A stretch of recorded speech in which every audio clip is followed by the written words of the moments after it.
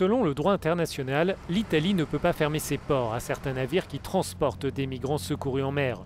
Rome menace cependant l'Union européenne d'agir de la sorte.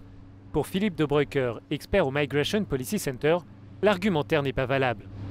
L'argument de la force majeure ne tient pas, sans compter qu'au bout du compte, refuser le débarquement à ces personnes reviendrait à les traiter de manière inhumaine ou dégradante, ce qui contrevient à l'article 3 de la Convention européenne des sauvegardes des droits de l'homme.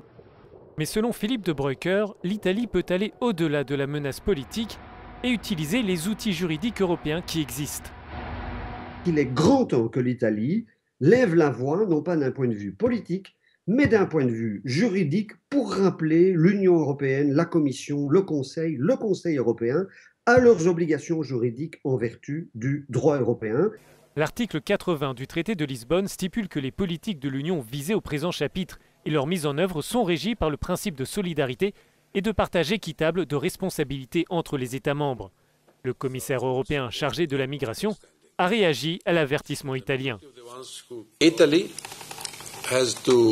L'Italie doit adopter des mesures pour accélérer les procédures et la gestion des migrants sur son territoire. Nous sommes prêts à améliorer notre soutien à l'Italie. Cela comprend un soutien financier substantiel si nécessaire. Tous les États membres doivent maintenant agir et faire preuve de solidarité avec l'Italie. La Méditerranée est à nouveau la route privilégiée des demandeurs d'asile. L'Italie a accueilli depuis 2014 plus d'1,5 million de migrants arrivés par mer.